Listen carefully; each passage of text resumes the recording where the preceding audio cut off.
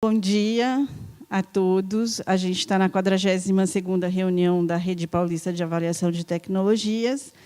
E a gente, então, convidou o Dr. Edvar, né, que trabalha na Secretaria de Governo, na parte de parceria, de inovação e parceria e inovação do Governo do Estado de São Paulo.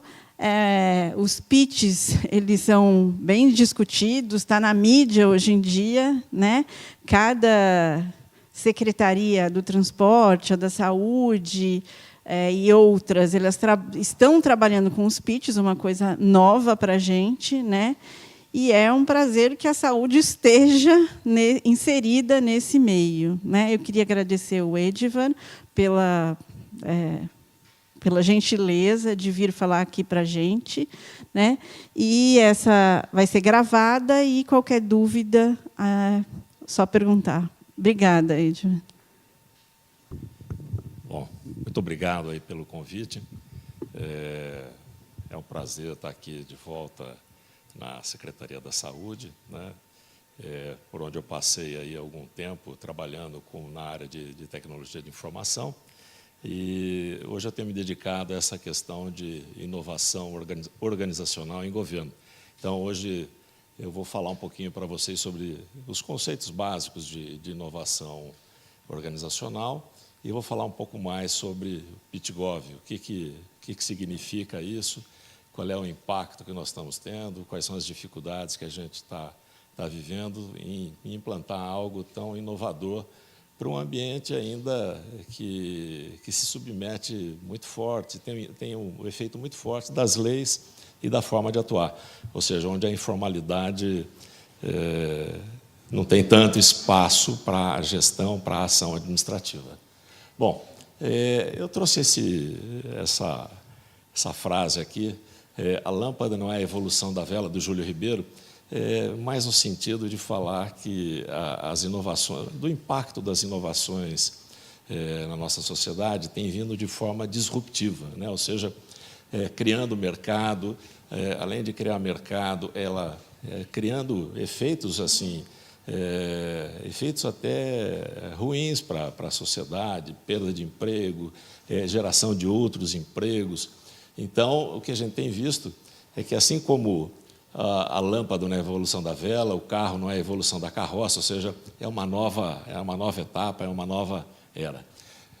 Falando sobre o conceito que a gente adota para a promoção da inovação, para a evangelização do tema inovação em governo, a gente adota o Manual de Oslo. Esse Manual de Oslo tem uma definição para inovação organizacional, ou seja, é a utilização de novos métodos organizacionais nas práticas de negócio, na organização do local de trabalho ou nas relações externas. Ou seja, a gente inova em processo, tá certo? Vamos falar um pouquinho sobre tipos de inovação que a gente classifica, né? As inovações incrementais, aquelas que são pequenas melhorias que são abordadas através de outras ferramentas, tais como Six Sigma, tal como gestão da qualidade total, e as inovações disruptivas, né? Ou seja, são aquelas que mudam a regra do jogo, ou seja, muda o mercado, muda o fornecedor, cria uma nova visão de valor para esse impacto, tá certo? Tipos de inovação. A gente conhece habitualmente a inovação fechada, em que ela é desenvolvida dentro das organizações, né? E, por outro lado, nós temos a inovação aberta, ou seja, é aproveitamento de ideias e soluções que vêm da inteligência coletiva, né? Nós estamos mais atentos e o nosso projeto tem olhado muito mais para essa questão da inteligência coletiva, ou seja, a gente quer colocar o cidadão como objeto, não só como objeto, mas assim como principal integrante nesse processo, né? Ou seja, não basta a gente pensar como cidadão, mas a gente quer que o cidadão participe e interaja, né, no novo desenho, né, no design de serviço. A inovação organizacional em governo ela tem trabalhado com 3 conceitos. Esses conceitos foram definidos já na ONU. O primeiro conceito é governo único para um cidadão único, né? Ou seja, nós temos tecnologia, temos possibilidade de trabalhar atendendo uma necessidade específica de um cidadão, né? Ou seja, é uma mudança de paradigma diante da Revolução Industrial, né? Na Revolução Industrial, a gente pensava no quê? Produção em massa. Hoje a gente percebe o seguinte, que existem requisitos específicos e a gente imagina que o governo deva atender o cidadão como se fosse único. Ele tem essas informações, né? Um exemplo disso é assim, para relatar um pouco esse assunto, quando você interage com o cidadão, você tem múltiplas interações ao longo da vida do cidadão.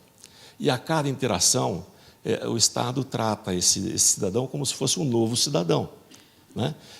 A ideia que está por trás de governo único, cidadão único, é que o Estado, quando interage com esse cidadão, ele tenha integrado essas bases de dados de forma com que ele saiba quem é esse cidadão, o que ele necessita em termos de saúde, em termos de segurança, em termos de educação, ou seja, atender de forma holística esse cidadão. A outra premissa que nós trabalhamos é o governo como plataforma. O governo plataforma é a constatação de que o governo precisa de ajuda. O governo ele não consegue mais ser provedor de todo o serviço, ele não consegue ser provedor para uma sociedade de demandas tão grandes. Então, o governo como plataforma é uma espécie de chamamento à sociedade, é o seguinte: venham participar na plataforma de governo, seja através da utilização dos nossos dados, seja a utilização das nossas instalações, mas venham participar, porque o governo oferece dado, oferece problema, ele oferece uma série de oportunidades, inclusive de negócios. Então, a gente está falando de governo como plataforma.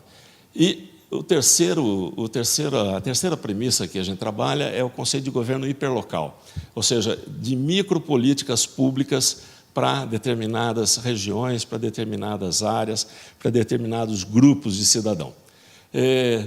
Com base nessas premissas, a inovação fechada é aquela que se dá no âmbito das nossas instituições. A gente trabalha com o quê? Com novos métodos, padrões, novos arranjos organizacionais. Quando eu estou falando de arranjo, eu estou falando de OS, de PPT, ou seja, estou falando de outros arranjos para poder prestar esse serviço. A outra questão que eu estou falando aqui é foco no cidadão, né? Não é se colocar no lugar do cidadão, mas é trazer o cidadão para desenhar o serviço, para desenhar esse modelo. E trabalhar com um negócio de redesign de serviço, ou seja, a gente tem percebido que a metodologia, as ferramentas de design thinking são ferramentas muito úteis para prototipar situações, para prototipar serviços. Então, a gente cada vez mais tem incorporado essa metodologia para a inovação fechada. No caso da inovação aberta, que esse é o caso do PitGov, que nos traz aqui hoje, a gente está entendendo que essa é uma oportunidade de fazer um crowdsourcing cognitivo, ou seja, temos problemas, né? Temos dificuldades, os números desses problemas são esses, a gente publica através de dados abertos, e daí a gente faz um chamamento à sociedade, e a sociedade vem com pequenas startups que estão ou em fase de ideação ou em fase de tração, e oferecem essas soluções, e a gente tem um processo todo específico de avaliação, julgamento e de prototipação numa área de educação, saúde ou serviços ao cidadão. Tá certo? Então, aqui a gente trabalha muito com essa ideia das startups. Bom, olhando em termos de cenário, esses 2 quadros aqui, a gente tem aí um pouco das metodologias que a gente tem trabalhado. A gente tem trabalhado com laboratório de inovação, a gente tem trabalhado aí com... a gente tem visto a sociedade trabalhar com incubadoras, com financiamento coletivo, com mentoring, com coaching. E a gente, olhando aqui, a gente vê que o governo tem uma participação muito acanhada quando falamos de cenário atual. E a nossa proposta é que, assim, que o governo comece a utilizar essa metodologia, comece a trabalhar, comece a se familiarizar com com essas ferramentas. Ou seja, a gente está lidando num cenário da complexidade. Os nossos problemas não se resolvem só dentro da nossa sala, dentro do nosso departamento. Os nossos problemas, eles impactam diferentes áreas, né? Se vocês olharem governo, nem sempre um problema de segurança é um problema exclusivamente de segurança. Ele sofre influência da educação, ele gera impactos na saúde, ou seja, cada vez mais essa complexidade precisa de soluções sistêmicas. Vamos falar para esse ecossistema de inovação, o que o governo demanda a esse ecossistema, né? O que nós demandamos a essas startups, a esses colaboradores. A gente demanda ideia, a gente demanda solução para os nossos problemas, demanda parcerias, né? Quais arranjos colaborativos que nós vamos desenvolver para poder resolver esse problema. E demandamos know-how, ou seja, sabemos tudo e, eventualmente, tem muita gente que já avaliou, já tem um olhar mais focado na solução. A gente demanda know-how, tá certo? Como é que a gente pretende se inserir, né?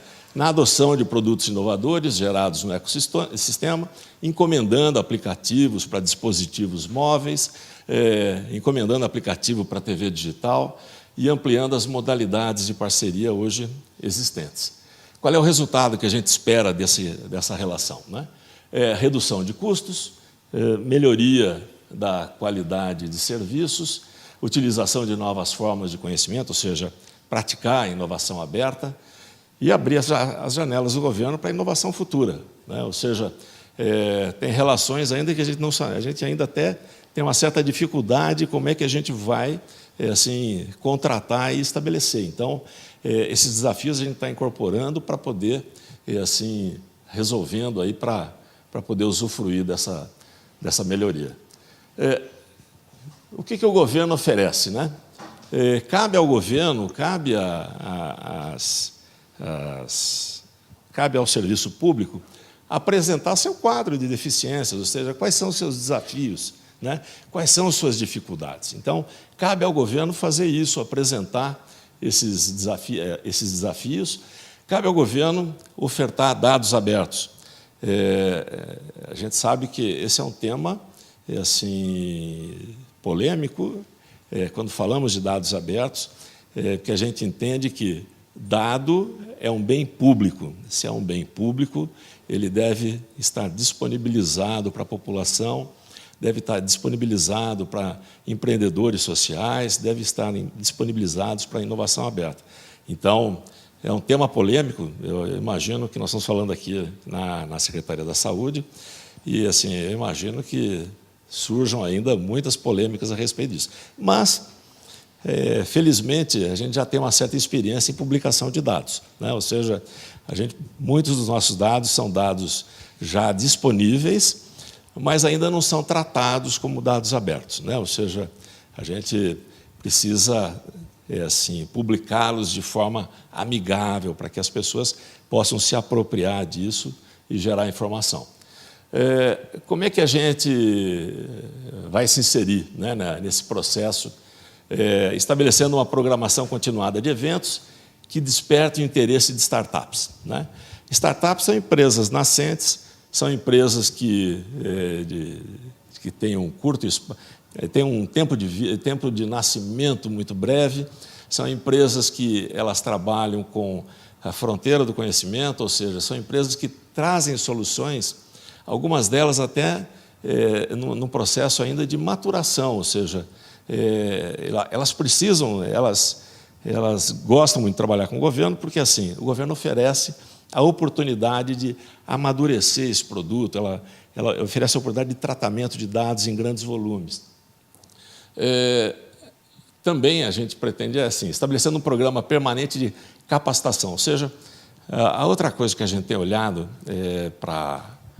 com essas startups é que eles não sabem o que é governo, né?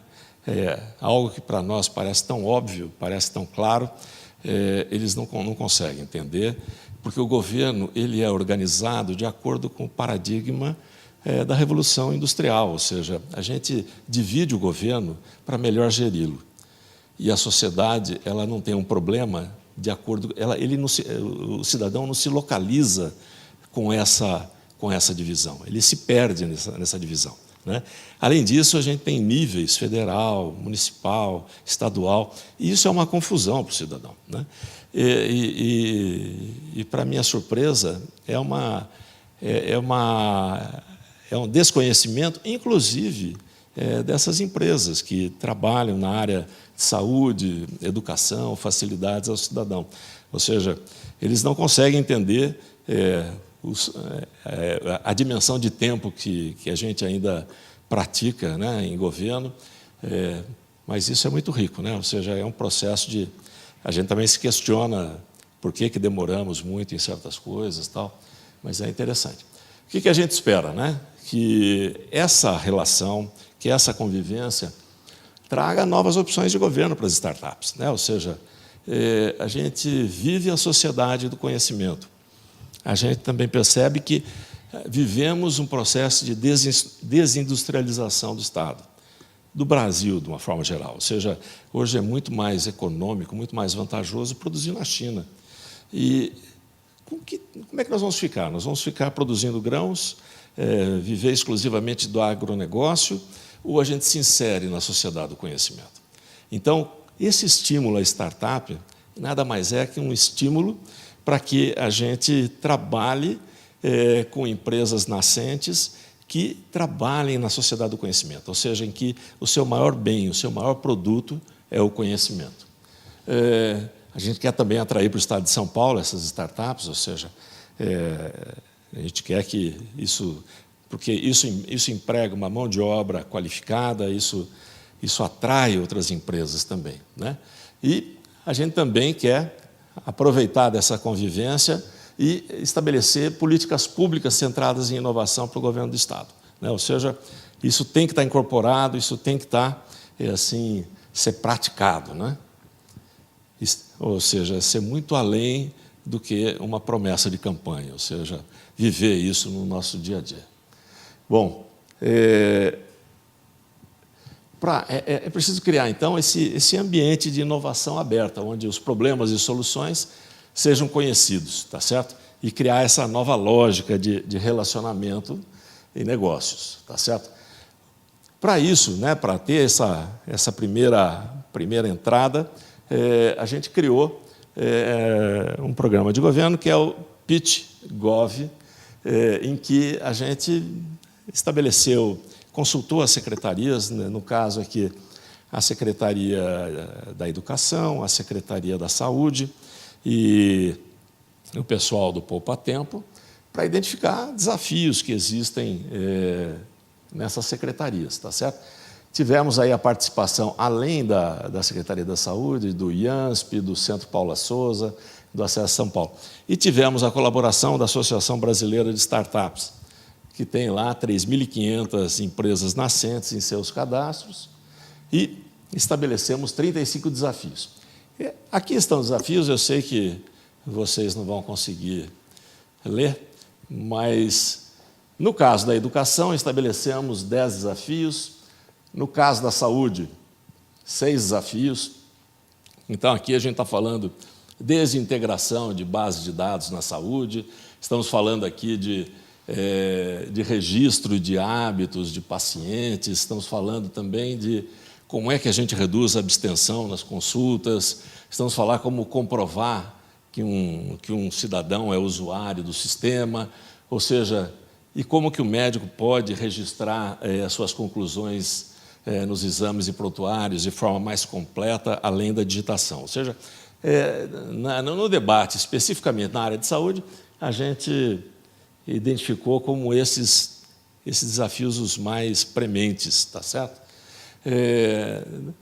Também escolhemos alguns desafios de facilidade ao cidadão, no caso do Fundo de Solidariedade, do Acessa São Paulo, ou seja, da mudança de perfil do Acessa São Paulo no estado de São Paulo, tá certo? Do Poupa Tempo também, que eu não vou abordar aqui, porque assim, eu acredito que o nosso foco é saúde, tá certo? Aqui tem um balanço das inscrições.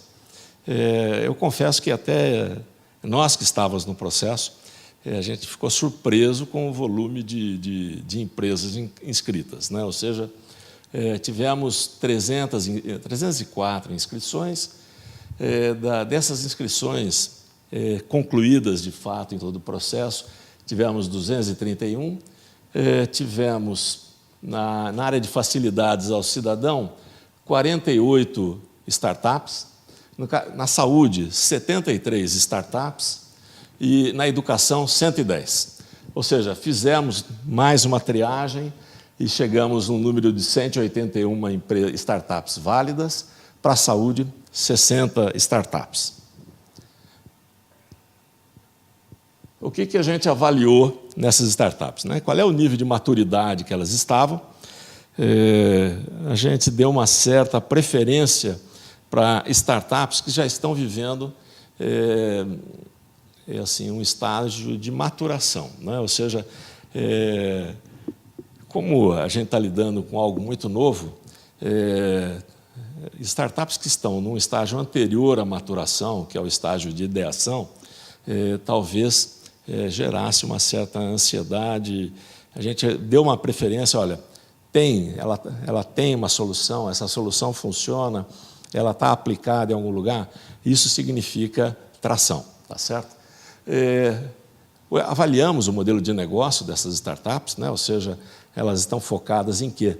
Porque essas novas empresas, elas nem sempre o modelo de negócio delas está baseado na relação direta da prestação de serviço. É interessante a gente ver, né? Tem empresas que o modelo de negócio está baseado nos dados. Então, elas são remuneradas através do uso dos dados. Então, o exemplo clássico que nós temos é o Google, né? Ou seja, como é que o Google é remunerado? Ele é remunerado por publicidade, né? Ou seja, ele atrai a audiência e vende publicidade para quem está buscando serviço, buscando produto naquele universo. Na área de saúde também, assim, tem empresas com essa característica, ou seja, tem startups que o modelo de negócio não está na prestação de serviço, né? Está muito mais em desenvolver um modelo de inteligência estratégica e vender estratégia do que vender o serviço ao qual ela se propõe. Nós vamos até falar um pouquinho sobre isso. Bom, avaliamos também a equipe, né? Ou seja, quem que está lá, quem que está tocando o negócio, qual é a formação, qual que assim, se eles estavam de fato acreditando, embarcando nessa ideia. E o nível de aderência aos desafios, né? Ou seja, tem o desafio, qual é o grau de aderência que essa solução tem ao desafio? É possível fazer isso? Não é possível? É desejável, mas talvez não seja o momento? A gente avaliou isso também. Bom, em 18 de outubro nós fizemos a primeira pré-análise dessas 231 soluções inscritas. 4 de novembro a gente já gerou uma seleção para o evento, né? O PitGov SP, que nada mais é do que um evento em que essas startups se apresentam a um grupo de parceiros aí. Então, no dia 17 de novembro, o que nós fizemos? Essas startups receberam uma capacitação de uma apresentação, de um pitch, né? Ou seja, um pitch é uma apresentação em torno de 10 minutos, que ela deve ser concisa, deve ser objetiva, do ponto de vista de qual é o meu negócio, o que eu faço, qual é o valor que eu estou oferecendo para as empresas, para quem estiver comprando o meu serviço, para quem estiver usando o meu serviço. Feita essa capacitação, nós tivemos lá no Palácio, no dia 17 de novembro, uma banca composta por investidores, empresas que fazem aceleração de startups. Tínhamos lá, o secretário da Saúde teve representantes da área de saúde, representantes da academia, ou seja, da Universidade de São Paulo e outras universidades, e parceiros, né? Ou seja, esse grupo foi banca para a avaliação desses pitches, tá certo? Então, é assim, eu vou falar, está um pouco fora de ordem, mas assim, esse pitch, o que acontece logo após essa apresentação? Selecionadas as empresas, 40 dias após, a gente tinha que fazer, nós fizemos um relatório de convocação das empresas selecionadas, assinamos um convênio, estamos aí numa fase aí de plano de trabalho, estamos desenhando qual é o modelo de negócio, ou seja, aonde a gente vai aplicar essa avaliação dessa startup, né? Ou seja, a hora que trabalha com medicamento, é melhor trabalhar na área de medicamentos do Estado, é melhor trabalhar num hospital público, ou seja, a gente começa a escolher de acordo com a governabilidade do processo, né? A gente sabe que as demandas são muitas, mas nem todos os processos a gente detém governança suficiente para fazer um protótipo, né? Ou a área está carente de recursos, tem dificuldade para atender, né? Porque isso também demanda tempo da área. A gente disponibilizou para esse trabalho serviços de mentoria e coaching e o laboratório de inovação em governo, né? Ou seja, nós temos um laboratório de inovação em governo no Palácio dos Bandeirantes, que está disponível aí, se a secretaria, né, e os colaboradores quiserem utilizar, é uma área muito interessante e vale a pena ver o que a gente está fazendo lá. Bom, aí nós temos os testes a serem realizados e cabe a nós, terminado o período de teste, fazer uma declaração, né, inclusive para a empresa, dizendo se aquele produto nos atende, de que forma ele nos atende, quais são as recomendações que a gente tem em relação ao produto. Ou seja, terminado o teste do produto, a gente faz isso. Alguns produtos, o modelo de negócio faz com que você não precise fazer uma licitação, né? Ou seja, basta com que você contrate os serviços, porque não tem ônus para o Estado. Então, nós estamos vivendo exatamente um momento agora em que a gente está envolvido com o aparato legal do Estado para essa etapa aí de execução dos testes. Então, tem sido um momento também curioso, porque a gente está vivendo com modelos de fornecimento e agora o Estado não está preparado para não pagar. Então, ele se assombra, às vezes, com valores negativos, se assombra com algo que não tem custo, né? Na verdade, a remuneração são os próprios dados. Então, quer dizer que por exemplo, na área da saúde, vai entrar com uma startup de medicamentos, vamos supor. Isso. O Estado vai fornecer os dados, esse é o pagamento do Estado. Isso. Na verdade, ele oferece um serviço de prescrição médica. Ele dá a bula, ele te dá toda a interação medicamentosa, ele, inclusive, se você quiser, você coloca o seu protocolo de medicamentos, ou seja, os medicamentos que eu distribuo, eles estão dentro do meu protocolo, os que eu não distribuo, eu faço uma receita. Tem lá um caso de tuberculose, que é um protocolo. Ele te dá o primeiro tratamento de forma informatizada. Isso. E se você escapar daquilo... Ele dá a prescrição. Isso. Ele, na verdade, cabe ao Estado fornecer o hardware e uma impressora, e esse doutor, ao receber um paciente, ele pode prescrever através desse aplicativo. Ao Estado, existe a possibilidade de requerer o conhecimento que está, quem está prescrevendo e está prescrevendo aonde, né? E o que está prescrevendo. Então, é algo interessante. Para eles é muito interessante porque ele precisa desse dado, né? Esse dado o que está sendo prescrito e aonde. Tem dinheiro para ele, que nem o Google. Para ele, é assim, esse dinheiro vem da indústria farmacêutica. A indústria farmacêutica quer saber onde está sendo prescrito o medicamento. É uma informação estratégica. O hardware e o software são fornecidos pela indústria farmacêutica? Não. É uma startup, inclusive ela foi premiada recentemente, não tem nada a ver, né? Na verdade, eles têm um modelo de negócio de inteligência farmacêutica. Então, se você quiser comprar a inteligência farmacêutica para fazer gestão dos seus serviços, você compra isso. Isso está parte do seu... Isso é a regra do jogo. O que ele oferece é prescrição. Então, para ter prescrição num determinado serviço, você não precisa... Não. Você pode, inclusive, prescrever só o que você distribui. Entendeu? Você pode chegar e falar assim, ó, os medicamentos a serem prescritos e a cesta básica é esta. Entendeu? É essa a ideia. O que está por trás é assim, é essa. Eu, quando olho esses aplicativos, eu começo a imaginar que, assim, eu começo a ter sonhos, assim, de imaginar o seguinte, nossa, a gente podia olhar, para nós seria muito melhor olhar essa inteligência farmacêutica, né? Ou seja, onde está sendo distribuído, para quem está sendo distribuído, de que forma está sendo prescrito. E a gente... as nossas carências são muito grandes, né? Ou seja, a gente tem carência ainda na prescrição. Porque, perfeito, ele atende.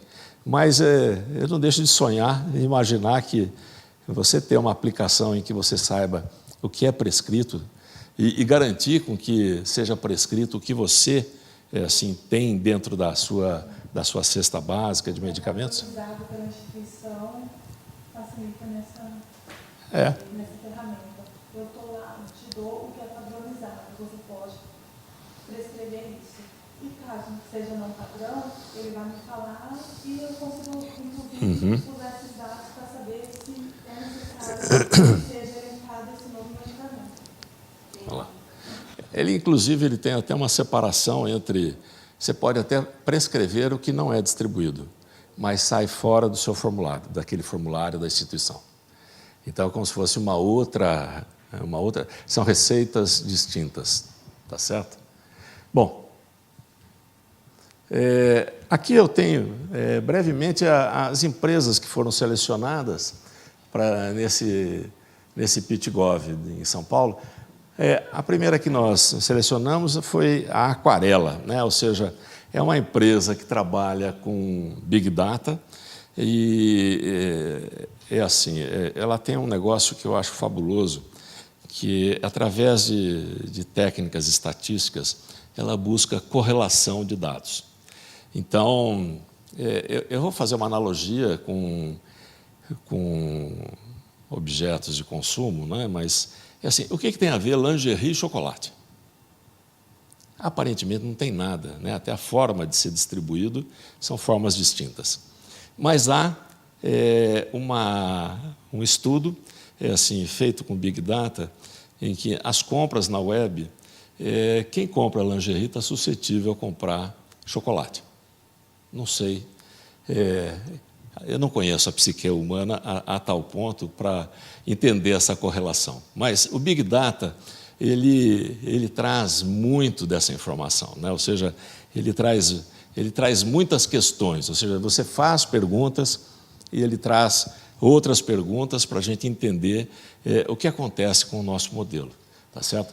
No caso da Secretaria da Saúde, a gente pegou os dados do Sistema de Informação de Mortalidade e a gente está trabalhando essa base de dados aí para poder entender o que está acontecendo. Fizemos algumas perguntas e eu acho que dentro em breve a gente deve ter algumas respostas e outras perguntas, né? Ou seja, sobre o que acontece aí com esses dados. Está analisando pelos códigos postais? No caso da...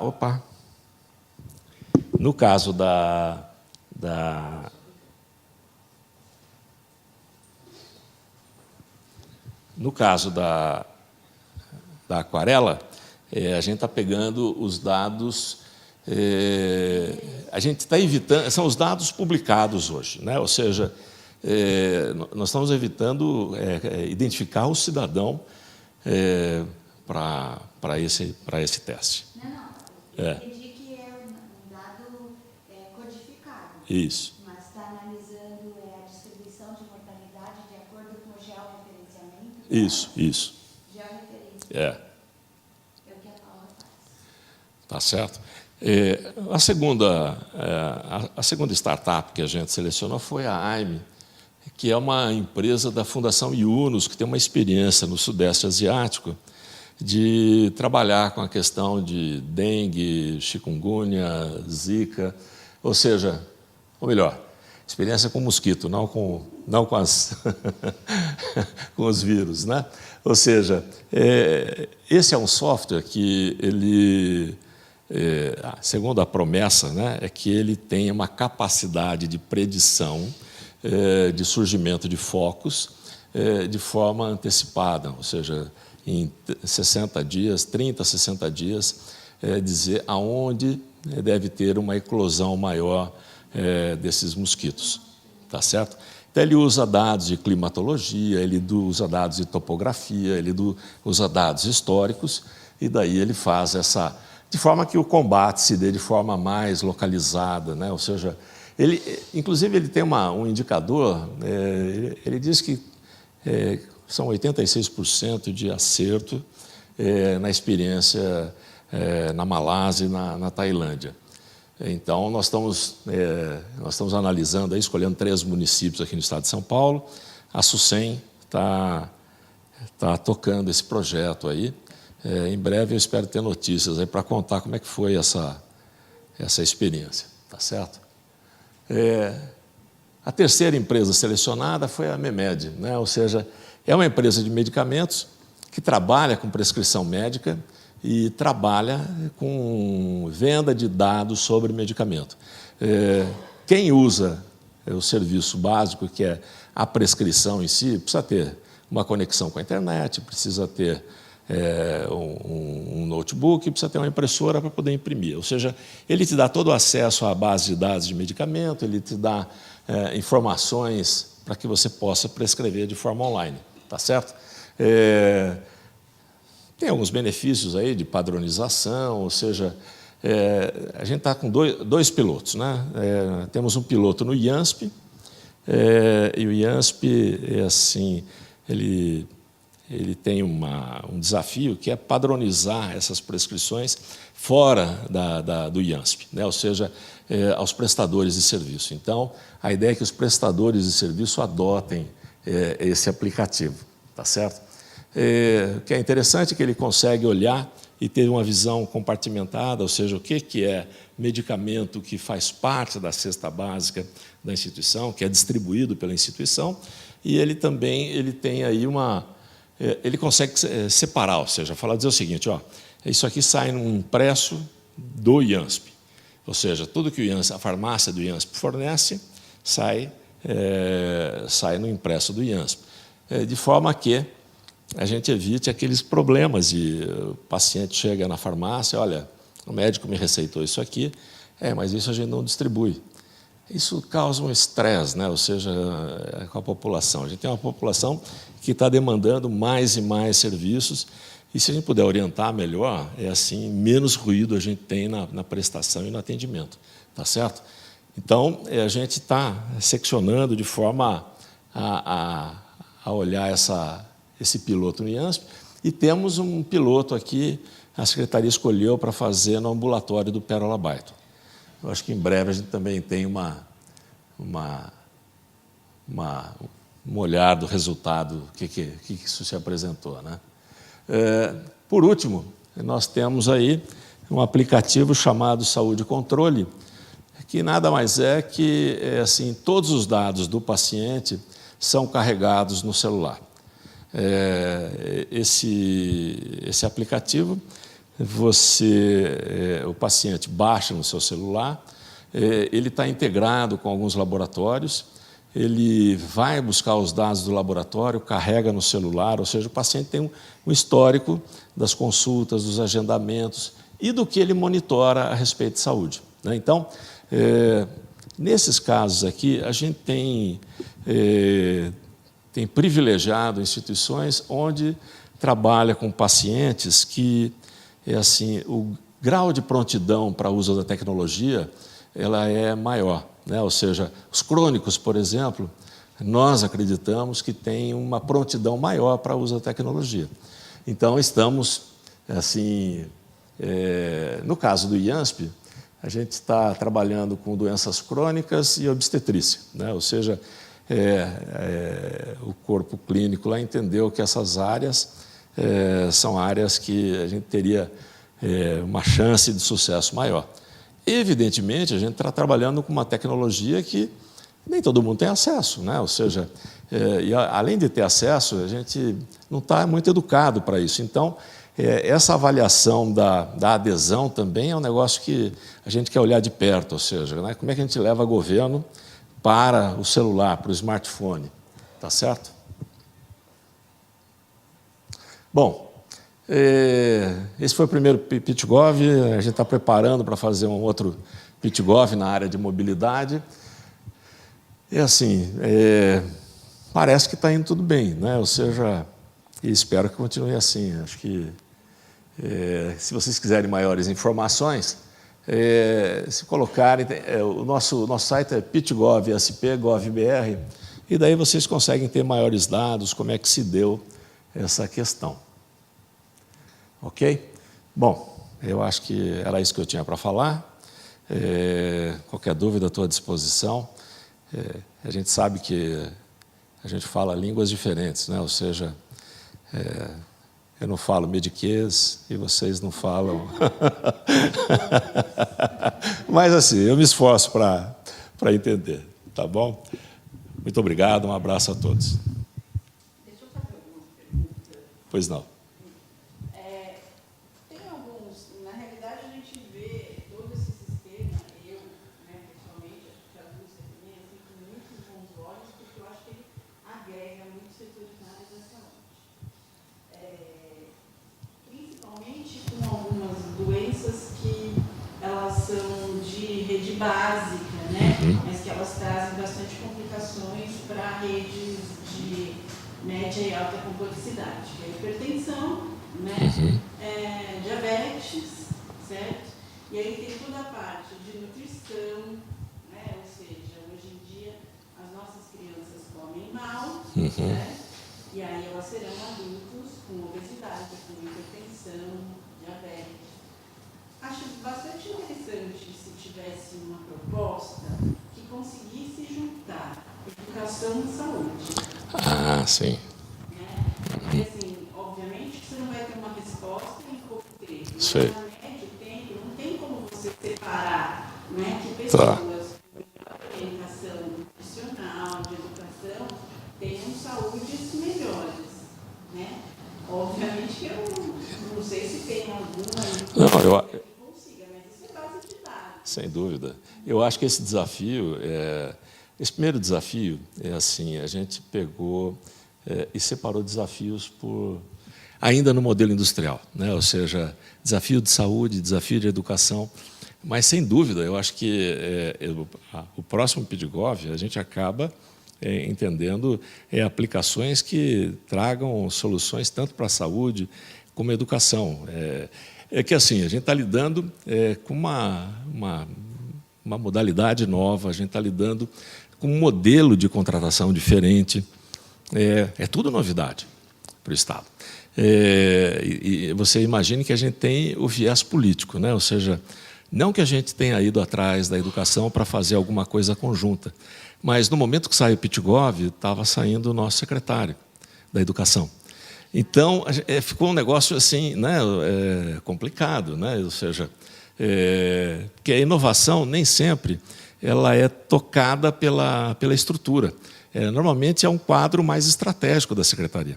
E quando você perde um quadro estratégico, você perde o diálogo ali, o convencimento, né, que você... Porque, assim, ousar significa correr riscos. E se o secretário não está ali naquele momento, a casa fica mais conservadora, natural. vive um estado de ânima suspensa, né? Ou seja, vamos aguardar e ver o que acontece no próximo. Então, eu queria era entender como que vocês estão planejando a sustentabilidade da compra desses serviços, visto que essa empresa investe em hardware, né? Por exemplo, ela está vendendo para a indústria farmacêutica os dados georreferenciados de como foram feitas as prescrições. Isso. Amanhã depois a indústria farmacêutica disse, não quero mais comprar, acabou? Uhum. É assim, você sabe que essa inovação para a indústria farmacêutica, ela é uma inovação brutal, né? Ou seja, entre ter o propagandista, entre ter esse levantamento de dados... Isso eu conheço, né? Porque na Europa tem, né, nos Estados Unidos Sim. tem o LIS, né? Ele é uma firma que demanda muito dinheiro e, além disso, continua tendo todo outra coisa. Então, não há uma substituição, sim. há adição Isso. de custos. É. Como isso vai É assim, você vai falando, olha, se essa demanda deixa de existir, talvez eles tenham que repensar o seu modelo de negócio. É o que nós temos hoje. É o que no seu, assim, eles estão oferecendo um serviço que funciona imediatamente. Qual é o impacto entre fazer na mão e usar um software de prescrição? Eu ganho mais agilidade hoje. O dia que deixar de ter, ou o dia que eu tiver um sistema de informação com inteligência farmacêutica, eu tiro. Né? Eu também posso mudar, as condições podem mudar. O que eu tenho é assim, eu não tenho desperdício de recurso, eu não tenho perda de investimento. Tá certo? Então, assim, olha, vamos pegar assim, postos de saúde que estão em locais remotos em que não tenha volume suficiente para ser informatizado. Eu coloco isso. Ele é complementar ao modelo. E se a indústria farmacêutica fala o seguinte, olha, eu não quero mais isso, tá certo? Nessa etapa que nós temos aqui de prototipação, é a etapa em que essas questões têm que surgir. Né? Ou seja, como é que nós vamos lidar com isso? E se não tiver mais solução de continuidade, como é que faz? Agora é a hora da gente discutir. Para isso a gente prototipa, a gente não está comprando nada, a gente está prototipando. Então, protótipo é justamente para a gente antecipar uma demanda, uma necessidade. Qual é a participação dos indivíduos de dentro do governo na competência para desenvolvimento destes protótipos? Assim, nós temos, na área de governo, o secretário participou de todo o processo de avaliação, de seleção. A secretaria foi envolvida desde o início, né, na participação e na seleção. A posteriori, do protótipo, tem um gerente na área de saúde. Esse gerente é responsável pelo protótipo. Cabe a ele acompanhar, planejar, cabe a ele avaliar, apresentar os resultados disso e dizer se quer ou não o serviço. Entendeu? Mas tem um desenvolvimento de competências dentro. Por exemplo, eu vou botar uma coisa bem questão do nosso dia a dia. Nós temos uma colega que faz o georreferenciamento por doenças. Ela trabalha aqui na Secretaria de Saúde, né? E isso aí, digamos assim, precisa só ser aumentado no sentido de que essa competência seja multiplicada para poder fazer esses retratos epidemiológicos, né, com a nossa produção, quem tem acesso ao sistema. Sim. Não há esse esforço interno, embora a competência exista no próprio sistema de saúde. Sim. Né, e agora nós vamos comprar. Não, você não vai comprar. Competência de uma... Você vai prototipar. Né? Comprar ou não, só se for relevante, se tiver impacto para a sua atividade. Você não está comprando nada. Essa questão que nós estamos... Deixa eu deixar claro para você. É justamente isso que a gente... Esse é o paradigma industrial. Ou seja, isso não é amostra de fornecedor. Isso aí, vocês estão trabalhando com startups, estão prototipando. Ou seja, se quiser comprar, é uma outra história, é uma outra forma. O risco dele é esse. O que ele ganha com isso? A certificação que o produto dele funciona. É isso. Entendeu? Então, assim, não tem ônus nenhum, não tem custo nenhum. Para não dizer que não tem custo, talvez tenha algum custo de divulgação interna. Olha, se você for envolver paciente, então você vai comunicar aos pacientes que, olha, tem algumas mudanças, tal. Mas o que a gente está trazendo, na verdade, é um pouco da ruptura desse modelo.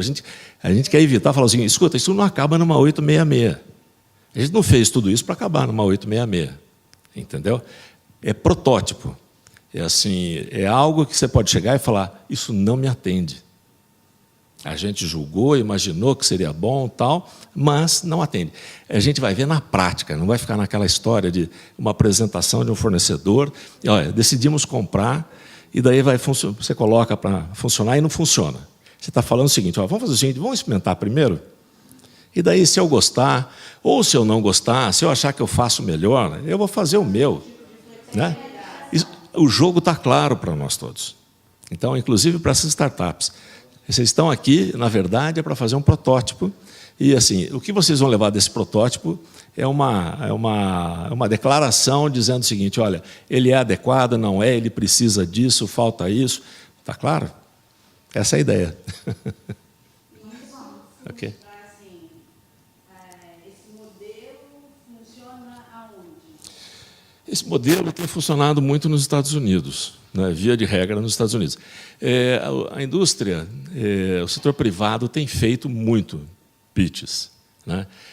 Você sabe que assim... Por exemplo, existe algum pitch com uma grande companhia de rede de gestão de saúde, tipo a Mil, ou Essa pergunta não estava combinada. Não, eu não sei dizer agora. Eu, assim, francamente, precisaria dar uma pesquisada. Na realidade, não é que você pensa, numa gestora em saúde, tem um grupo de hospitais muito grande, extremamente interessante. É assim, o que a gente está trazendo são empresas nascentes em tecnologia. Talvez pelo volume de complexidade que você está comentando, eu imagino que não tenha. Né? Porque são empresas ainda que estão num processo de maturidade, estão amadurecendo. Então, elas têm soluções específicas. Tá certo? E assim, o que eu acho que até que seria muito interessante, um dia vocês olharem essas 80 empresas que a gente acabou descartando. E quando você falou de nutrição, eu lembrei que teve uma de nutrição que, naquele momento, eu achei que não era tão aderente aos desafios que estavam colocados. Né? Acho que ela só é aderente quando você cruza duas secretarias. Sim. Né? Então, por exemplo, assim, Secretaria de Fazenda, Secretaria de Segurança Pública, não tem nada a ver? Tem. Então, desemprego, você aumenta a violência. Né? Aonde tem mais desemprego, aonde vai ter mais droga, porque o tráfico dá dinheiro. Sim. Né? Então, assim, eu acho que essas soluções inteligentes, elas têm muito mais poder de chegar na população. Sim. E aí vejo até com os outros olhos, porque tem coisa que acho que você paga, mas você tem o serviço, é melhor que você pagar e não ter o serviço. Né? Porque isso é que dói. Né? Você pagar, mas você não ter o serviço. Sem dúvida. Vejo muito isso assim, no Estado, não só na Secretaria, mas em qualquer lugar que você vai, por exemplo, o posto de saúde que fica lá longe, que eu não tenho controle algum do que eu ponho de medicamento lá ou não. Né? Perfeito. Principalmente na área de medicamento, onde eu tenho aquele, não vou nem usar, aquele furto pequeno, né? Que foi uma coisa que até o secretário falava bastante isso. O que rouba na estrada, você fica sabendo. Os pequenos furtos, você não fica. Sem dúvida. Né? E isso também, os pequenos em cada ponto contam, né? Sem dúvida. Porque na hora que você põe no caminhão... O que eu vejo é assim... Ninguém rouba vacina. Antibiótico. Sem dúvida. Né? Se você roubar uma bicicleta no oncológico, você tem um prejuízo maior do que você roubar um caminhão de vacina. Sim. A não ser a H1 nenhum, que hoje eu poderia ter. Hoje está uma fila enorme. Hoje eu podia ter morrido. Agora, acho que essas coisas cruzadas, sim, elas tendem a ter uma aplicabilidade bem sem dúvida. interessante, né? O que eu vejo é o seguinte, esse foi o primeiro. Eu acho que a área de saúde ela pode contribuir muito em definir o problema. Antes a gente falava muito, quando ministrava cursos na área de gestão, da metodologia do estudo de caso, né? Na verdade, eu acho que a gente precisa ter uma cátedra de estudo de problema, ou seja, de definir problema, né? Ou seja, a sociedade tem muita gente que está disposta, que quer participar, que quer contribuir. Existe uma energia muito boa. Existem empreendedores sociais querendo participar. A nossa parte, acho que se temos uma lição para fazer, é justamente definirmos melhor nossos problemas. A gente tem uma certa dificuldade de falar das nossas dificuldades, porque a gente se vê como provedor, né? A hora que a gente começar a olhar que governo como plataforma, talvez a gente tenha mais facilidade para falar, ó, meus problemas são esses, quem puder contribuir, quem tiver uma boa ideia. Acho que a gente se vendo como provedor é diferente mesmo, porque a gente, como provedor, não fala muito dos nossos problemas, né? A gente fala o que a gente tem de bom, né? E é uma tendência do ser humano, certo? A hora que a gente se vê do outro lado, de que assim, eu pago, eu sustento aquilo, eu posso exigir mais daquela pessoa, né? Aí muda. É verdade. A gente se vê muito como provedor. E assim, com o advento das redes sociais, a gente vê que a sociedade está discutindo mais política, está discutindo mais as questões de saúde, segurança, educação. Pode não ter toda a informação, mas se a gente não se comunicar bem com a sociedade, assim, nós vamos ter um problema muito grande de representatividade, né? Então, cada vez mais a gente tem que, assim, eu falar, tenho problema sim, meu problema é esse. Assim, quero contribuição, quero ajuda. Isso não é feio. Não. Isso é honesto, né? Tá bom? Obrigada. Obrigado a vocês. Tem mais que você quer? Então, agradecemos muito a sua colaboração, eu acho que é muito importante. Eu acho que há espaço para a gente colocar, como cidadão, várias das nossas necessidades. Certamente vamos buscá-lo para ter maiores interações, não é? A parte de epidemiologia aqui do Estado, ela é fundamental, até porque nós temos uma nova legislação para a incorporação de novas tecnologias no sistema. E temos 2 diretrizes novas que alguns dos colegas já estão trabalhando conosco, né? A Secretaria tem uma iniciativa agora de fazer um projeto de atualização contínua da RENAME, e a parte de assistência farmacêutica está se dotando de uma comissão onde vários farmacêuticos poderão certamente contribuir, né? Nós temos uma lista nacional de medicamentos e os estados e os municípios estão, mediante a Lei 12.401, obrigados a fazer a comprovação de que esta lista complementar ou diferente do que é a RENAME seja necessário por necessidades específicas epidemiológicas das pessoas. Então, as pessoas vão poder contribuir com evidenciar as suas necessidades e, desta forma, então, a comissão desencadeará algumas avaliações e essas avaliações vão subsidiar o Ministério da Saúde para atualizar essa relação nacional de medicamentos.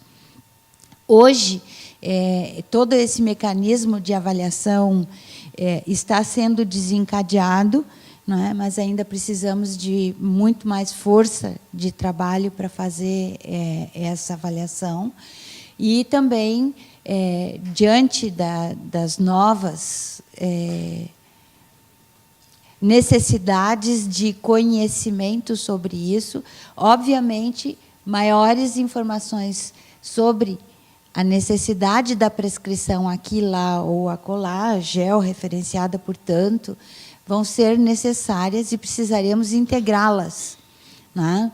Então, esse tratamento que o governo, como síndico, né, do dinheiro dos cidadãos, tem que prover, ele pode ser agilizado por alguma empresa, mas a gente não vai pagar mais imposto por isso. Então, eu tenho preocupação de alguém se colocar numa pitch de governo, tentar fazer um protótipo disso e dizer, bom, agora eu vou sair vendendo nos municípios, justamente porque esta é, digamos assim, uma ação que o Estado tem que não apenas prover, mas garantir a sua sustentabilidade dentro da rotina da vigilância epidemiológica, né? Então, eu acho que o Dr. Boulos vai ter que ser consultado, envolvido nessa prototipagem para ver como a própria empresa pode ajudar a construir essa competência dentro e, de alguma maneira, ter o seu benefício mediante a venda de um software ou alguma coisa assim. Não sei, mas existem algumas interações e esse novo contexto legal, onde o Estado, como síndico dessa cidadania, precisa prover alguns processos de gestão da informação para produzir esse conhecimento, que ele desencadeia uma questão de investimento no nível da nação, não apenas do Estado. Então, é justamente essa articulação mais fina que a gente vai certamente beneficiar dessas prototipagens e talvez a gente possa, de alguma maneira, contribuir, fazer essa gestão. A Daniela, que é responsável dessa comissão de atualização contínua da Rename, está aqui conosco. Ela está agora fazendo, como cidadã também, esse voluntariado. Ela é professora da Unifesp e está fazendo esse voluntariado para a secretaria, não é, para a gente construir as notas técnicas, que são a âncora inicial. Mas a gente precisa ter um rolamento deste conhecimento de maneira muito mais ágil, né? E precisa, então, não só de ferramentas para agilizar tudo isso, mas também precisa de colaboração de cidadãos informando quais são as suas necessidades e de outros colegas informando qual é o estado da arte sobre mais desses armas terapêuticas, instrumentos terapêuticos. Pode ser prescrição de medicamento, mas também pode ser processos organizacionais onde a distribuição e a gestão dessas coisas podem ser agilizadas. Eu acho que grande parte deste protótipo que o senhor mostrou em prescrição teria que estar sendo discutido com o Dr. Vitor Hugo e o grupo da assistência farmacêutica para ver se a gente usa algumas das estratégias para benefício interno da gestão. Tá? Mas com uma protótipo localizada, desculpe, eu acredito que o impacto maior é na assistência farmacêutica, indiscutivelmente. Ou seja, porque não é só o que o produto faz, mas o que ele pode fazer, né, em termos de inteligência farmacêutica. Então, assim, eu acho que é espetacular, as possibilidades são espetaculares. Agora, o protótipo, na verdade, assim, ele é uma prova de conceito. E nessa prova de conceito, assim, a secretaria está envolvida, inclusive representantes da assistência farmacêutica participaram e indicaram esse piloto no Pérola Byton nesse primeiro momento, né? Eu acho que até assim como se vamos ver se funciona mesmo, né? Tá bom? Bom, eu queria falar um pouquinho sobre justamente a avaliação de tecnologias nos hospitais, aí não só um ambulatório, né? E a gente agora no nível internacional começou uma nova base de dados, né? Que está aqui o slide, depois vai ficar para todos, né? Ela tem então um instrumento de busca e à medida que a gente for construindo então mais resumos do que está no CIS-Rebrates, para poder passar para o nível internacional, não é? Hoje nós já temos algumas fichas de umas publicações que se fez em 2011, e a gente precisa, então, da colaboração de mais hospitais para fazer aparecer, então, as suas avaliações de tecnologias. Relacionada a essa notícia, também existe a notícia de que começamos uma primeira interação com a BIREME para potencializar a nossa busca para avaliações de tecnologias, visando aumentar, incrementar uma política de disseminação das avaliações que já foram feitas, não é? Portanto, as fichas técnicas de medicamentos que estão sendo produzidas já são uma produção técnico-científica que vai poder estar inclusa, e a gente vai precisar, então, de mais colaboradores para botar tudo isso em inglês e fazer aparecer no nível internacional. Então, devagarinho, o estado da arte de cada tecnologia utilizada vai ter que estar transparente no nosso nível, em português, no CIS-Rebrates, e agora, então, com um link já na Secretaria de Saúde para fazer aparecer também para o setor jurídico, e a gente ter a instrução prévia aos liminares judiciais, não é? Para a gente evitar tudo isso de judicialização, informando, então, o Poder Judiciário de quais são as tecnologias que estão efetivamente incorporadas, bem como aquelas que não estiverem incorporadas, serem objeto de um alerta que estamos construindo entre a Secretaria de Saúde e a Conitec, visando justamente aumentar esse conhecimento. Então, instrumentos de busca e integração dos dados, já com uma plataforma internacional, tentando também aprimorar as nossas plataformas, como o CIS-Rebrates e o próprio site da Secretaria de Saúde do Estado de São Paulo. Quem tiver notícias ou avaliações de tecnologias que queira disseminar, a gente está abrindo espaço para poder fazer o reconhecimento de quem fez a avaliação e, desta forma, então, aumentar a própria cultura de fazer a avaliação.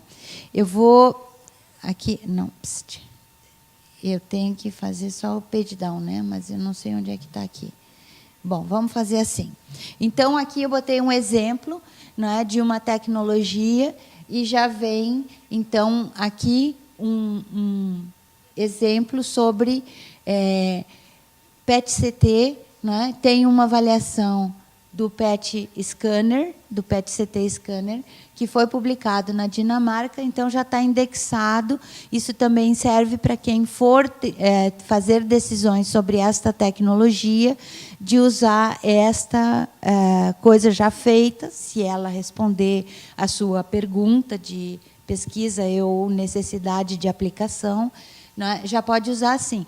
Então, invertendo a situação, quem fizer tem que aparecer para poder ser usado por outros colegas também e ter a oportunidade de ser atualizado através do tempo, mediante outras pessoas que tenham a necessidade. Então, sempre pensar de que a política de disseminação também é uma política de reconhecimento. E esse reconhecimento todos os colegas querem ter e precisam ter para que isso continue, através do tempo, sendo atualizado por outros gestores ou profissionais que vão necessitar dessa informação e vão construir em cima, então, fazendo então essa equipe de interesse a respeito disso. Então, a provocação para vocês saberem, né, no próximo mês vai ter um congresso internacional, o HTAI 2016 vai ser em Tóquio. A gente vai estar apresentando alguns trabalhos, inclusive um que é o reconhecimento da rede, em nome de toda a rede paulista, não é? E eu estou fazendo uma provocação para vocês, porque o próximo vai ser em Roma. Então, uma passagem um pouquinho menos dispendiosa, né?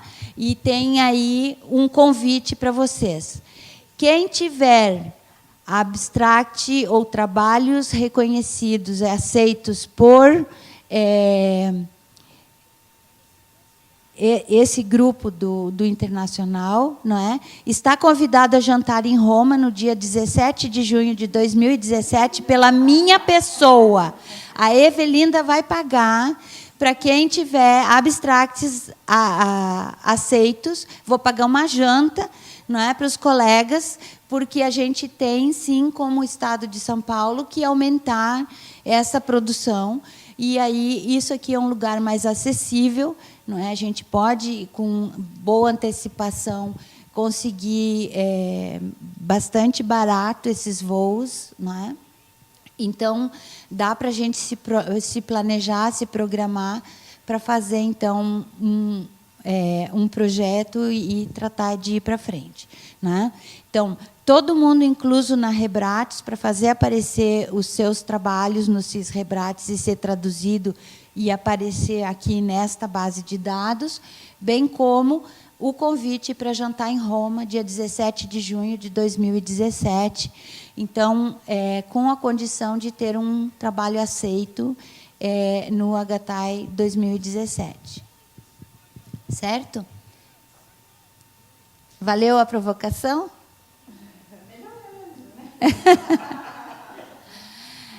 Você tinha planejado uma outra apresentação agora?